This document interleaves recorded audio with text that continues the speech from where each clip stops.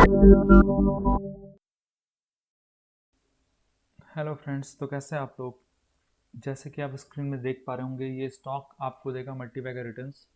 जी हाँ, ये स्टॉक आपको मल्टीबैगर रिटर्न्स देने की काबिलियत रखता है। और आज हम इसी स्टॉक के बारे में डिस्कस करेंगे। इसके फंडामेंटल्स, इसके टेक्निकल्स, हम दोनों चीज़ देख के हम इस स्टॉक को पिक करेंगे और अपने मल्टीबैगर लिस्ट में हम इसे ऐड करने वाले हैं। तो इस वीडियो का पूरा देखिए, तभी आप समझ पाएंगे कि मैं जो आपको इस स्टॉक के बारे में बता रहा हूँ कि ये मल्टीबैगर रिटर्न्स देने की काबिलियत रखता है।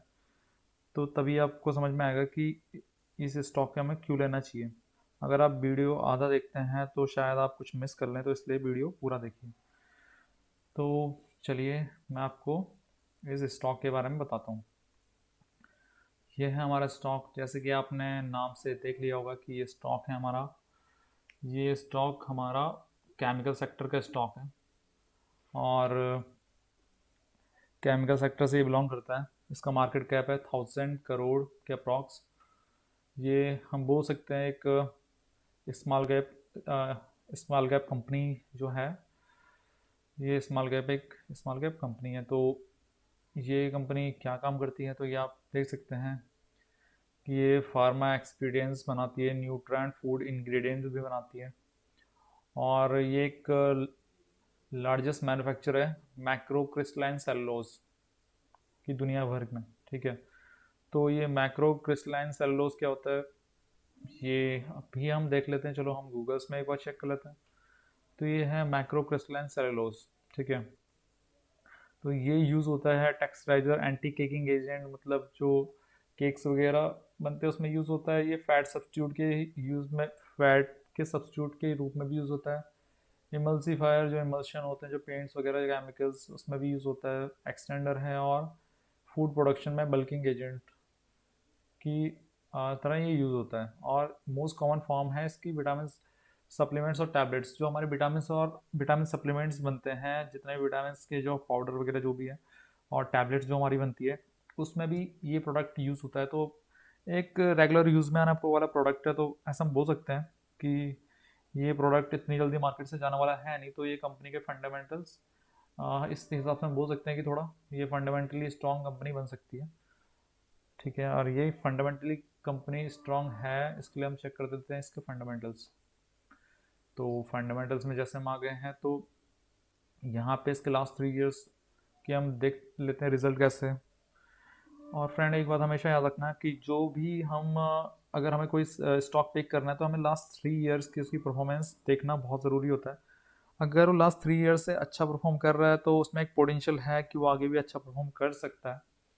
तो यहाँ पे हम क्लियरली देख सकते हैं कि यहाँ पे इस कंपनी के sales year by year grow ही किए हैं। ठीक है। EBITDA भी इसमें देखिए, EBITDA भी ग्रो किया है। ठीक है। ये इतने सारे टेक्निकल पॉइंट्स आपको देखने की ज़रूरत इतनी होती नहीं है। आपको बस यहाँ पे रिजल्ट देखना है कि यहाँ पे ये जो कंपनी है वो ग्रोइंग कंपनी है या नहीं, वो प्रॉफिट मेकिंग कंपनी है या नहीं। ठीक है। तो यहाँ पे देख लीजिए, ये प्रॉफिट जो यहाँ पे प्रॉफिट वाला हम देख लेते हैं, तो प्रॉफिट भी इसके ग्रो कर रहे हैं। देखिए, year by year profit grow कर रहे हैं। पहले 30 थे, फिर 40% थे, फिर 43% ये हमारे हो चुके हैं। और अगर हम लास्ट क्वार्टर्स की बात करें, लास्ट 3 क्वार्टर्स की, तो क्वार्टरली रिजल्ट भी हम देख लेते हैं। तो देखिए, क्वार्टरली भी इसने अच्छा परफॉर्म किया है। इसमें सेल्स आपकी देखिए कितने अच्छे से, सेल्स का ग्राफ कैसे मस्त तरीके से ये ऊपर जा रहा है। ठीक है। और प्रॉफिट का प्रॉफिट का ग्राफ अगर हम देखें, तो देखिए ये भी बहुत अच्छे तरीके से ऊपर जा रहा है। तो इससे हम बोल सकते हैं कि प्रॉफिट मेकिंग कंपनी है और बिजनेस इसका एक्सपेंड भी कर रहा है। एक बार हम इसके फाइनेंशियल पे अच्छे से नज़र डाल लेते हैं। तो अगर हम यहाँ पे फाइनेंशियल, तो देखिए एसेट्स बढ़ते ही जा रहे हैं। 2020 में 109 करोड़ थे, 2021 में 133 हुए। ठीक है। और 2022 में 286 इसके एसेट ग्रो किए हैं। ठीक है। प्रॉफिट मेकिंग है, प्रॉफिट बन रहे हैं कि नहीं बन रहा है, तो लास्ट 5 ईयर के देखिए तो प्रॉफिट बन रहे हैं। ठीक है। यहाँ पे कम ज़्यादा होते रहते हैं। तो इस पे आप ये देखिए कि एटलीस्ट प्रॉफिट नेगेटिव में नहीं होना चाहिए। कैश कम से कम कंपनी से कैश बनना चाहिए। ऐसा ना हो कि कंपनी कैश ही नहीं बना रही है और ऐसी वो उसका चार्ट तो दिख रहा है बहुत अच्छा, लेकिन अंदर से कंपनी पूरी खोखली हो रखी है। तो ये हमें फंडामेंटल्स चेक करने ज़रूरी है। एक बार शेयर होल्डिंग पैटर्न्स भी हम देख लेते हैं। तो शेयर होल्डिंग पैटर्न्स में देख लेते हैं, प्रोमोटर्स के पास लगभग 48% शेयर्स हैं, पब्लिक के पास 51 है, और एफ ने थोड़ा माल कम किया है, डी ने फिर थोड़ा माल लिया है, तो ये सब तो चलता रहेगा। ठीक है, तो इस पे इतना कुछ नहीं देखना है हमें। कभी भी ध्यान देना कि हमें जो स्टॉक पकड़ना है वो हमें स्टार्टिंग में पकड़ना है, हमें कोई चलती हुई ट्रेन को नहीं पकड़ना, क्योंकि चलती हुई ट्रेन में अक्सर हमें चोट लग सकती है, हम गिर सकते हैं। तो ऐसा नहीं कि जब प्रमोटर्स वगैरह सब माल बढ़ा के बैठे हैं तो तब आप वो देख के आप स्टॉक पिक करो, क्योंकि जब वो ऑलरेडी बड़ा बड़ा वो माल उनका दिख रहा है, तो जाहिर सी बात है कि वो तो जहाँ पे उनको माल लेना था वो ले चुके हैं। और अब हम जो रिटेलर्स हैं वो ट्रैप, अगर हम उनको देख के माल लेते हैं तो हम ट्रैप हो सकते हैं। ठीक है, तो उनको देख के हमें काम नहीं करना, हमें अपने फंडामेंटल्स के बिहाफ पे और टेक्निकल सिग्नल्स के बिहाफ पे ही स्टॉक पिक करना है। ठीक है, तो ये हमने इसके देख लिया, इसके फंडामेंटल्स ठीक ठाक दिख रहे हैं। अब टेक्निकल के लिए मैं सीधा आपको चार्ट में ले जाता हूँ। ठीक है, तो टेक्निकल के लिए हम चार्ट में आ जाते हैं इसके सीधा। ठीक है, ये मैंने आपके सामने मंथली चार्ट खोला है। यहाँ पे देखिए ये स्टॉक अपने टॉप से गिरा है कितने परसेंट, लगभग देखिए 60% ये टॉप से गिरा है। अब आप सोच रहे होंगे कि ये 60% टॉप से गिरा तो ये बेकार कंपनी है। जी नहीं, ये बेकार कंपनी नहीं है। जैसे कि आपने देखा होगा अभी जो लास्ट टाइम जो नवंबर दिसंबर से हमारा मार्केट लगातार नीचे ही आया है, क्रैश जिसको बोल सकते हैं, एक डाउन ट्रेंड उसने शो किया था, शॉर्ट टर्म डाउन ट्रेंड। और उस टाइम सारे स्टॉक गिरे थे तो ये भी गिरा। ठीक है, ये लिस्ट होते ही उसी टाइम इसकी किस्मत खराब ही थी जो उस टाइम लिस्ट हुआ, तो इसलिए जो मार्केट के साथ साथ ये भी गिरा है। और एक बात हमेशा आप नोटिस कीजिए कि जब मार्केट क्रैशिंग मोड में होता है तो सारे स्टॉक गिर के सेम लेवल पे एक जैसे दिखने लगते हैं। जैसे होता है ना कि जैसे आर्मी में जब कोई रिक्रूटमेंट होता है, तो जब वो ट्रेनिंग पीरियड में जितने भी आर्मी के बंदे होते हैं सारे सर मुंडवाया हुआ होता है, तो सारे एक जैसे दिख रहे होते हैं। ठीक है, उनमें से हम पता नहीं लगा सकते कौन बेस्ट है, कौन कौन किस, मतलब परफॉर्मेंस उनकी पता नहीं लग सकती कि कौन कैसा है कौन कैसा नहीं है। तो ऐसे ही यहाँ पे जब गिरने के बाद जो स्टॉक होते हैं सेम लेवल पे सेम जैसे दिखते हैं। फिर जैसे ही मार्केट थोड़ा सा रिकवर करना शुरू होता है तो ये जो अच्छे स्टॉक होते हैं, अगर मार्केट 10% भागेगा तो ये 20-30% मूव कर लेते हैं ऊपर, तो ये इनकी अच्छाई होती है। लेकिन ये हमें पहले से हमें इसके फंडामेंटल्स वगैरह चेक करके हमें पहले से डिसाइड करना होता है। ऐसा नहीं कि जब ऊपर चले जाए तब हम लें, तो फिर ये होता है कि हम चलती हुई ट्रेन को पकड़ रहे हैं। ठीक है, तो इससे अच्छा तो वही है कि हम थोड़ा रिसर्च करें और रिसर्च के बिहाफ पे हम कोई स्टॉक पिक करें। उससे क्या होता है कि हमें थोड़ा टेंशन भी कम होती है। जब हम पूरा सोच समझ के कुछ काम करते हैं तो हम टेंशन नहीं करते। अगर वो थोड़ा अब कोई भी स्टॉक ऊपर जाएगा तो वो थोड़ा बहुत गिरेगा, वो अप एंड डाउन मूवमेंट्स देगा। अगर 50% ऊपर जाएगा तो फिर 10% नीचे आएगा, या 10-20% नीचे गिरेगा। फिर इस तरीके से स्टॉक, हर कोई स्टॉक चलता है। लेकिन जब हम बिना सोचे समझे कोई स्टॉक ले लेते हैं, किसी के बोलने पे स्टॉक ले लेते हैं, तो फिर क्या होता है कि जैसे वो गिरता है तो हम कॉन्फिडेंट होते नहीं हैं और हम उस स्टॉक से एग्जिट कर लेते हैं, और जो हमें प्रॉफिट लेना चाहिए हम वो प्रॉफिट कभी ले ही नहीं पाते। तो हमेशा ध्यान रखिए स्टॉक मार्केट में अगर आपको पैसे कमाना है तो आपके प्रॉफिट में कोई कमी नहीं करनी। ठीक है, लॉस लिमिट हो सकते हैं लेकिन प्रॉफिट पूरा लेके जाना है। प्रॉफिट पूरा लेके जाने का यही तरीका है कि एज ए इन्वेस्टर अगर आप लॉन्ग टर्म के लिए कोई स्टॉक ले रहे हैं, long term in the sense कोई किसी के लिए लॉन्ग टर्म 1 साल 2 साल भी हो सकता है, किसी के लिए 6-7 महीने भी हो सकता है, किसी के लिए वो 5 साल 10 साल भी हो सकता है। तो अपना अपना लॉन्ग टर्म का सिनेरियो है। लेकिन एटलीस्ट वो स्टॉक अगर फंडामेंटली स्ट्रांग है, सब कुछ उसका चार्ट हमें बोल रहा है कि इसे बाई कर लेना चाहिए, अब उसमें एक अप मूव आ सकता है, तो हमें वो सही टाइम पे पिक कर लेना चाहिए। तो यहाँ पे जैसे कि अब इस स्टॉक को हम देखते हैं कि मार्केट देखिए मंथली में इसका चार्ट, यहाँ पे देखिए इसने इनगल्फिंग कैंडल क्लोज की है। ठीक है, यहाँ पे ये इनसाइड कैंडल लाइक बनी है, और इस टाइप का ये अगर आप मार्केट को काफ़ी टाइम से फॉलो कर रहे हैं तो कभी भी देखना कि बॉटम में इस टाइप की कैंडल आपको देखने के लिए मिलेगी, जहाँ पे एक रेड कैंडल, एक टेल, लॉन्ग टेल के साथ एक रेड कैंडल बनेगी, और दूसरी रेड कैंडल है उसके टेल के अंदर अंदर क्लोज हो जाएगी। ठीक है, तो उसके बाद आप नोट करना कि यहाँ पे जो नेक्स्ट कैंडल होती है वो अगर इनगल्फिंग कैंडल है तो ये एक अच्छा खासा ऑप्शन देती है। ठीक है, मैं ये जब मैं ऑप्शन ट्रेड करता हूँ तो मैंने चीज़ ये पैटर्न्स रियलाइज़ किए हैं, मैंने ये ऑब्जर्व किए हैं, तो उस बिहाफ पे मैं आपको बता रहा हूँ। ठीक है, अगर आप भी काफ़ी टाइम से मार्केट में तो आप समझ पा रहे होंगे। और अगर नहीं भी समझ पा रहे हैं तो आप इस वीडियो को देखिए, मैं आपको समझाने की पूरी कोशिश करूँगा और आप मेरे साथ जुड़े रहिए, तो मैं आपको और भी छोटी छोटी चीज़ें बताता रहूँगा। तो यहाँ पे इसने मंथली चार्ट में अच्छा खासा सिग्नल दिया है। अब थोड़ा बहुत ये स्टॉक अगर नीचे आता भी है, जो कि मे भी आ सकता है, ठीक है। तो यहाँ पे लेवल्स मैंने दिए हैं कि यहाँ पे इस तरीके से अगर ये डबल बॉटम बना के ऊपर जा सकता है, या तो यहाँ पे एक थोड़ा सा लो स्विंग करके फिर ऊपर जा सकता है, ठीक है। तो कुछ भी कर सकता है स्टॉक, लेकिन एटलीस्ट इतना है कि यहाँ पे स्टॉक एक फंडामेंटली अच्छा स्टॉक है। तो यहाँ पे जितनी ये गिरावट हो चुकी है, जो अच्छे स्टॉक्स होते हैं वो इतने ज़्यादा तभी गिरते हैं जब मार्केट में बहुत ज़्यादा क्रैश हो।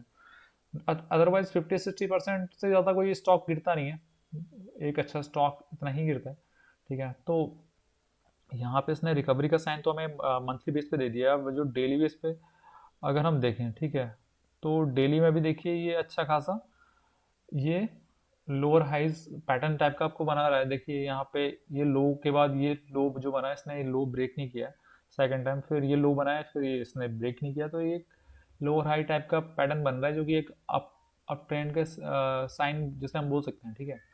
उसके बाद अगर आप RSI के बारे में थोड़ा जानकारी रखते हैं, तो RSI भी इसका 60 के ऊपर सस्टेन कर रहा है। तो इट्स मीन कि ये डेली टाइम फ्रेम में एक अप साइड मोमेंटम शो करने लग गया है। तो अब ये मूवमेंट हमें वीकली और मंथली में तो बाद में ही सीन होती है, क्योंकि पहले स्टार्टिंग तो डेली में ही हमें चेकआउट करना पड़ता है, ठीक है। तो यहाँ पे मैंने ये लेवल्स भी दिए हैं कि यहाँ पे थोड़ा पाउस लेगा ये स्टॉक। तो आपको ध्यान रखना है कि अगर आप एक स्विंग कुछ टाइम के लिए मंथली स्विंग या कुछ ऐसा कोई ट्रेड लेना चाहते हैं, तो आपके लिए ये यहाँ पे अगर आप यहाँ पे बाइंग करते हैं, या इस लेवल पे अगर ये रिट्रेस होके ऊपर जाएगा, यहाँ पे कहीं बाइंग करते हैं, तो आप यहाँ पे अपना प्रॉफिट बुक कर सकते हैं 40-50 पॉइंट जो भी है, ठीक है, एज ए स्विंग। मैं तो एज ए इन्वेस्टर ही मैंने इस स्टॉक को पिक किया है, तभी मैं आपको मल्टी बैगर रिटर्न वाला स्टॉक बोल रहा हूँ। क्योंकि मल्टी बैगर कोई 6 महीने साल भर में नहीं, आप ऐसे नहीं बोल सकते कि 6 महीने साल भर में कोई मल्टी बैगर रिटर्न दे देगा। हाँ, ऐसा हो सकता है कि वो 100-200% रिटर्न दे दे, लेकिन अगर आपको ज़्यादा रिटर्न चाहिए तो आपको थोड़ा होल्ड करना आना चाहिए। तो यहाँ पे ये लेवल्स मैंने यहाँ पे बना के दिए हैं। इस लेवल्स का वैसे कोई एक खास मतलब है नहीं लॉन्ग टर्म के लिए, लेकिन शॉर्ट टर्म वालों के लिए ये लेवल्स हैं कि इस लेवल्स में थोड़ा ये रिट्रेस करे, या इस लेवल पे ऊपर आके यहाँ पे थोड़ा जो बेस में थोड़ा सपोर्ट लेके ऊपर जाए, ठीक है। इस तरीके से ये जा सकता है। लेकिन आपको अगर एंट्री करनी है तो आप यहाँ पे कुछ क्वांटिटी एंट्री कर लेनी चाहिए आपको as a long time investor, ठीक है। या तो यहाँ पे अगर ये यहाँ पे सपोर्ट लेने के लिए आता है तो आप यहाँ पे भी ऐड कर सकते हैं। और अगर आपको मैं बेस्ट रूल बताऊँ स्टॉक को ऐड करने का, तो मैं आपको ये बोलूँगा कि जब भी आपको लॉन्ग टर्म के लिए कोई स्टॉक अपने पोर्टफोलियो में ऐड करना है, ठीक है, तो जैसे कि मान लेते हैं आपके पास 10,000 रुपये है, ठीक है, 10,000 का आपको स्टॉक लेने हैं, ठीक है। तो आप एक काम कीजिए कि उसको 5 पार्ट में डिवाइड कर लीजिए। 5 नहीं तो एटलीस्ट 3 पार्ट में तो आप डिवाइड कर लीजिए, ठीक है। तो उसमें आपको लेने का तरीका ये होना चाहिए कि जैसे ही स्टॉक में 10% का डाउनफॉल आता है, ठीक है, तो उसमें आप 20 क्वांटिटीज और 20% जो अपना बजट है उसको ऐड करते रहिए, ठीक है। हर 10% में 20%, ठीक है। वो एक मैं बोलूँगा एक गोल्डन रूल आपके लिए बहुत अच्छे से काम करेगा। क्योंकि अगर बाई चांस यहाँ से स्टॉक और भी गिरे, कोई स्टॉक अच्छा स्टॉक है, कभी क्या होता है कि ग्लोबल मार्केट अगर बहुत गंदे सिनेरियो बन जाए, कहीं वॉर हो जाए, कुछ हो जाए, मार्केट अगर क्रैश करने लगे, ठीक है, तो मे बी थोड़ा बहुत डाउनफॉल और देखने को मिल सकता है। तो सबसे अच्छा तरीका है कि आप 10% में जैसे ही 20 जो अपना 20% आप ऐड करेंगे, तो ऐसे ऐसे करके हर 10% डिप में आप अगर बाई चांस मार्केट लगातार 3-4 डिप ले भी लेता है, ठीक है, तो 10-10% मतलब मुश्किल से 40%, तो वहाँ पे आपका जो एवरेज जो आपकी एवरेज इन्वेस्टिंग हो जाएगी, तो एक अच्छे खासा रेट में हो जाएगी। और आपको जो लॉस अपने पोर्ट उसमें दिखेगा, प्रॉफिट सेक्शन में और स्टॉक सेक्शन में दिखेगा, तो वहाँ पे आपको इतना ज़्यादा लॉस देखने को नहीं मिलेगा, ठीक है। तो आप हर 10% के डिप में 20% अमाउंट ऐड करके ऐसे चल सकते हैं। या तो अगर को आपको या तो आप अपने अमाउंट को तीन उसमें तोड़ लीजिए, तीन पार्ट में तोड़ लीजिए, ठीक है। तो उसमें 3 पार्ट में मैं बताता हूँ कि कैसे मतलब कर दिए, उसमें कर दीजिए 40-20-20 का हिसाब कर दीजिए, ठीक है। 40-20-20 का हिसाब इस तरीके से कीजिए कि जैसे इसमें तो 40-20-20 आपका अच्छा काम करेगा, ठीक है। जैसे आपने 40% आप तुरंत यहाँ पे स्टॉक ले लीजिए, ठीक है। फिर ये थोड़ा सा अगर नीचे गिरता है तो 20% और ऐड कर दीजिए, और नीचे गिरता है तो 20% और ऐड कर दीजिए। हर 10% में आपको ऐड करना है, ये आपको हमेशा ध्यान रखना है, ठीक है। और जैसे ऊपर जाते टाइम भी आप ऐसे कर सकते हैं, जैसे आपने 40% यहाँ पे ऐड कर लिया, जैसे ये ऊपर जाए यहाँ पे थोड़ा रिट्रेस करे, ठीक है, उसके बाद आप जो बाकी का मतलब यहाँ पे 40% आपने ले चुका है, वो बाकी का इस रिट्रेसमेंट में 20% और ले लीजिए। फिर ऊपर से अगर यहाँ पे रिट्रेस करें तो 20% और ले लीजिए, ठीक है। इस तरीके से अपना जो पूरा अमाउंट है आप इन्वेस्ट कीजिए। उससे होगा ये कि आप जो डाउनफॉल है उसमें भी जो उसका फ़ायदा भी उठा लेंगे, जो 10% का आपको डाउनफॉल मिलेगा, क्योंकि कोई भी स्टॉक एक पूरा एक स्विंग में नहीं जाएगा, वो जिगजैग तरीके से जाएगा, जैसे कि आपको पता है जिगजैग जिगजैग। जैसे कि आप जानते हैं कि कोई भी स्टॉक जो है वो एक जिगजैग मूवमेंट की तरह जाता है, कोई भी सीधे नहीं जाता, ठीक है। तो आपको ये चीज़ें ध्यान रखनी है कि मतलब हाँ, जो मतलब आपको स्टॉक ऐड करने हैं जब वो ये लोअर हाइस इस तरीके से बनाए, जैसे इसने लोअर हाई बनाया यहाँ पे, जैसे आपने ऐड करे हैं, फिर ये यहाँ से रिट्रेस करे, फिर यहाँ पे आपने कुछ क्वांटिटी ऐड कर दी। तो यहाँ पे तो मैं आपको समझा रहा हूँ, लेकिन आप 10-10% में ऐड करने की हैबिट बना दीजिए, तो 10% डाउनफॉल में आप ऐड करेंगे तो यहाँ पे आप एक लंबी राइड में आप एक राइड ले पाएंगे। क्योंकि जो ऊपर जाने वाले कोई अच्छे स्टॉक होते हैं तो वो कभी कभी क्या होता है कि 10%, 10-12% या 15% इससे ज़्यादा फॉल करते नहीं है, बीच में उतना ही बाउंस लेते हैं, ठीक है। तो इससे होगा ये कि आपकी जो एवरेज जो आपका अमाउंट रहेगा, जो एवरेज आपकी बाइंग रहेगी वो बहुत अच्छी रहेगी, और उससे आपको रिटर्न्स जो मिलेंगे वो बहुत ही अच्छे मिलेंगे, ठीक है। तो आपको समझ में आ रहा होगा कि मैंने आपको किस तरीके से इसको बताया कि ये किस तरीके से आपको ऐड करने हैं, ठीक है। 40-20-20 के रूल में भी आप कर सकते हैं, तो 20-20 के 5 पार्ट्स करके भी ऐड कर सकते हैं, ठीक है। तो बस आज के लिए इतना ही। अगर आपको कोई डाउट है इसके रिगार्डिंग तो आप मुझे कमेंट में पूछ सकते हैं। और ये स्टॉक आपको मैं ये बोलूँगा कि ये लॉन्ग टर्म के लिए आपके लिए अच्छा स्टॉक हो सकता है, ठीक है। ये यहाँ पे हो सकता है ये एक एक साल के अंदर अंदर ही ये अपना हाई तोड़ के बाहर निकल जाए, ठीक है। अदरवाइज अपने हाई तक भी अगर ये जाएगा तो आप समझ सकते हैं कि अभी आपको ये स्टॉक लगभग 300 रुपये का मिल रहा है, ठीक है। अगर ये अपने हाई को भी टच करने निकलता है तो 600 रुपये का डबल तो आपका पैसा वैसे भी हो ही जाना है, ठीक है। तो अगर मैं आपको यहाँ पे इसमें ये देखिए तो फिर यहाँ पे दिख रहा है इस तरीके से, अगर वीकली देखूँ मैं, ठीक है, तो ये एटलीस्ट इस वाले स्विंग में जहाँ पे यहाँ तक तो ये जाएगा जाएगा स्टॉक, ठीक है। तो ये आपको शॉर्ट टर्म तो ये 400 रुपये, 300 के 400 रुपये तो ऐसे ही बना देगा, ठीक है। और उसके बाद अपने ऑल टाइम हाई के लिए भी जाता है, तो लगभग आपको अगर आप कैंडल्स में देखें तो ये लॉन्ग टर्म ये 600 रुपये तक जाएगा, ठीक है। मतलब डबल आपका पैसा ये बहुत जल्दी कर लेगा, लेकिन मैं ये आपको लॉन्ग टर्म के लिए बोल रहा हूँ। अगर आप इन्वेस्टर हैं, अगर आप अच्छा पोर्टफोलियो बना रहे हैं तो आप इसे शॉर्ट टर्म के लिए मत देखिए, ठीक है। लॉन्ग टर्म में ही आपको 300-400%, 500% या 1000% भी दे दें, ठीक है। तो आपको इस स्टॉक में बने रहना है, और जैसे डिप मिलते हैं कभी 20-30% क्रैश होता है, करेक्शन के टाइम में आपको और स्टॉक आप ऐड कर सकते हैं। या तो आप अगर सेफ साइड रहना चाहते हैं तो एक और तरीका है सेफ साइड रहने का, कि जैसे ही कोई स्टॉक जो आप लेते हैं वो आपके जो बाइंग प्राइस है उसके डबल अगर पहुंचता है, तो आप अपना जो अमाउंट है, जो इन्वेस्टिंग अमाउंट है उसको निकाल लीजिए, और जो बाकी का अमाउंट है उसे पड़ा रहने दीजिए। उससे फ़ायदा ये होगा कि आपका जो प्रिंसिपल अमाउंट है वो आपने निकाल लिया है, तो आपका स्टॉक एक हिसाब से फ्री का हो गया है। और फ्री के स्टॉक में आपको इतनी टेंशन भी नहीं होगी, और वो आपको एक लॉन्ग टर्म रिटर्न्स भी अच्छे देगा, ठीक है। और आपका एक अच्छा पोर्टफोलियो कलेक्शन भी बन जाएगा, तो आप ये रूल भी आप यूज़ कर सकते हैं। तो बस फिलहाल के लिए वीडियो में इतना ही। मिलता हूँ आपको एक नए मल्टीबैगर स्टॉक के साथ। तब तक के लिए अपना ख्याल रखिए, और अगर आप नए हैं चैनल में तो इस वीडियो को लाइक कीजिए और कमेंट्स ज़रूर कीजिए फ्रेंड्स, क्योंकि आप कमेंट्स करेंगे तो मैं आप अपने जो वीडियोस बनाने के जो भी इम्प्रूव मैं कर सकता हूँ वीडियोस में, वो मैं करने की कोशिश करूँगा, मुझे भी एक मोटिवेशन मिलेगी, ठीक है। तो कमेंट्स ज़रूर कीजिए। तो फिलहाल के लिए वीडियो में इतना ही। ओके, अपना ख्याल रखिए। Okay, bye, see you, take care.